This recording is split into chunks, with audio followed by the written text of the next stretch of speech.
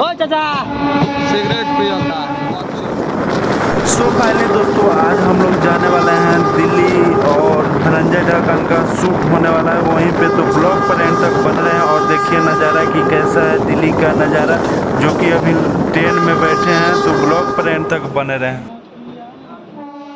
So finally दोस्तों आज हम लोग जा रहे थे, जो कि धनंजय ढक्कन का शूट था, उसी शूट में जा रहे थे दिल्ली। तो एक स्टेशन के बीच रुके हम लोग ट्रेन, और उसके बाद आर्मी वाला कैंप, पूरा कैंप उठकर जा रहा था। उसी टाइम हम लोग वीडियो करें और बहुत अच्छा लग रहा है, जो कि इस ट्रेन पर तोप सब है। तो ब्लॉग पर एंड तक बने रहें और देखिएगा कितना अच्छा लग रहा है। तो ब्लॉग पर एंड तक बने रहें।